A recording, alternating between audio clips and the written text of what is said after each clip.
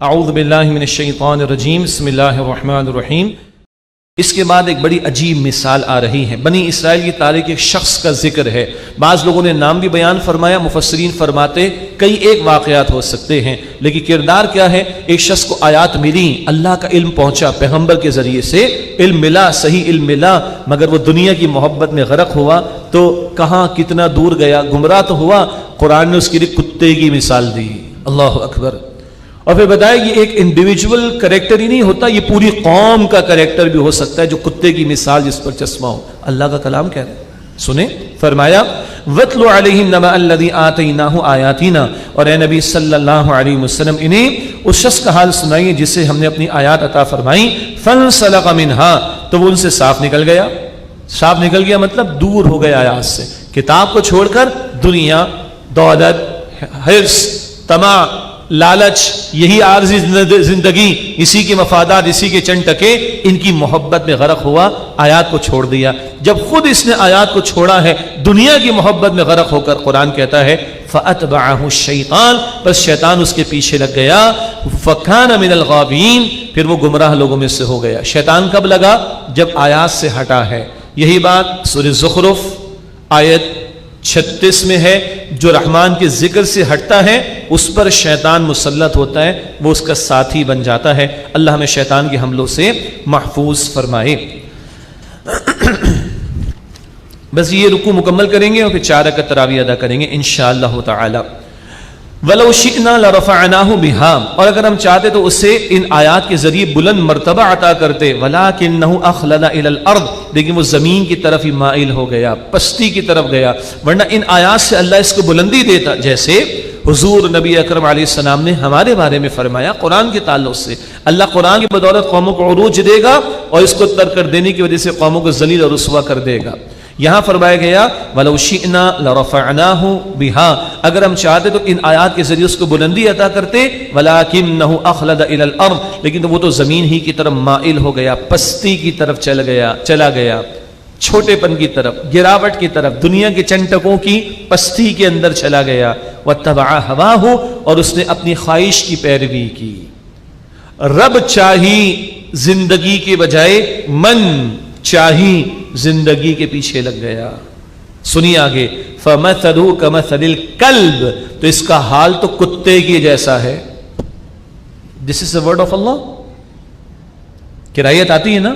تو یہ عمل اتنا ہی گندا ہے جیسے کتے سے، اگر قرائت ہمیں تو آتی ہے، باقی جن کو پلے پالنے کا اور کتے پالنے کا شوق ہے ان کی تو بات کیا کی جائے۔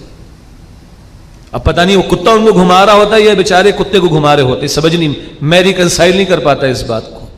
I hope the message is conveyed۔ بہرحال کتے کی مثال قرآن دے رہا ہے، اس کا حال کتے کی طرح ہے۔ اِن تحمل علیہ یلہث او تترکہ یلہث، اگر تم اس پر حملہ کرو، اور ایک ترجمہ ہے کوئی بوجھ ڈالو تب بھی ہانپے گا، یا اس کو چھوڑ دو تب بھی ہانپے گا، پتھر مارو تب بھی بھونکے گا، ویسے بھی بھونکتا رہے گا۔ یہ چیخنا، چلانا، بھونکنا، یہ بھی اس کی وہ ہے روش، اور زبان اس کی لٹکتی اور رال اس کی ٹپکتی ہی رہتی ہے۔ یہ حرص، طمع، لالچ اس کی علامت ہے۔ اور سنیں، یہ ایک شخص ہی نہیں، ذَلِكَ مَثَلُ الْقَوْمِ الَّذِينَ كَذَّبُوا بِآيَاتِنَا، یہ مثال ان لوگوں کی جنہوں نے ہماری آیات کو جھٹلایا۔ کتے کی مثال کن کے لیے؟ جنہوں نے آیات کو جھٹلایا۔ اور بنی اسرائیل کا ذکر تو چل رہا ہے، تورات کو اللہ کا کلام ماننے سے انکار نہیں کیا تھا، تورات کو فالو کرنے سے بھاگے تھے، احکام پر عمل کرنے سے بھاگے تھے۔ یہ ہے ان کا جھٹلانا۔ آج کتاب کس کے پاس ہے؟ آج کتاب ہمارے پاس۔ آج ہماری پرائرٹی میں قرآن کہاں ہے؟ ترجیحات میں قرآن کدھر ہے؟ اور قرآن کے نام پر جس ملک کو لیا تھا، قرآن کے احکام کا معاملہ اس ملک میں کہاں پہنچا ہوا ہے؟ اب اگلا جملہ سخت ہے نا، تو یہ مثال صرف بنی اسرائیل کے لیے؟ آج کتاب کون سی ویلڈ ہے؟ بنی اسرائیل کی کتاب تو ویلڈ نہیں، آج تو ہماری کتاب ویلڈ ہے۔ اگر ہم قرآن کو چھوڑ رہے ہیں، پوری قوم کا سوچیں نا، اور فراموش کر رہے ہیں، پس سے پش ڈال رہے ہیں، وقت نہیں ہے اس کے لیے ہمارے پاس، تو یہ دنیا ہی کے بندے بننے کی بات ہے۔ اور دنیا کے بندے بن جانے والوں کے لیے قرآن نے کون سی مثال دی؟ کتے کی مثال۔ اللہ اکبر، یہ اللہ کا حق کلام ہے، آپ کا میرا ایمان اس پر۔ اللہ اس مثال کا مصداق بننے سے ہمیں محفوظ رکھے۔ ہاں یہ تو مبارک محفل ہے، اللہ قبول فرمائے۔ 11ویں شب شروع ہو گئی جی، ایسا ہی ہے نا جی، پہلا عشرہ گیا بھائی، مہلت ہے بھی، اور ہم آگے بڑھے اور اللہ قبول فرمائے۔ اور یہاں آنے والا ہر بھائی، ہر بہن، ہر بیٹا، ہر بیٹی یہ تہیہ کر کے اٹھے گا، اب میرے لیے اس دنیا میں سب سے بڑی نعمت اللہ کی کتاب ہے۔ اللہ مجھے بھی توفیق دے، آپ کو بھی توفیق دے۔ ہم اس مثال کی مصداق تو نہ بنے نا۔ اب تو قرآن ہماری آنکھوں کے سامنے ہے، یہ اسکرین پر موجود ہے، لائیو دیکھنے والوں کی اسکرین پر قرآن کا ٹیکسٹ موجود ہے، ہم اپنی زبان میں سمجھ رہے ہیں، اس کا بنیادی پیغام سمجھ رہے ہیں، باقی ساری چیزیں ہیں لیکن ہمارے لیے نیچے ہوں، اور اللہ کی یہ نعمت یہ سب سے اوپر ہو۔ اللہ کا کرم ہے، اللہ کا فضل ہے، ہم یہاں بیٹھے ہیں۔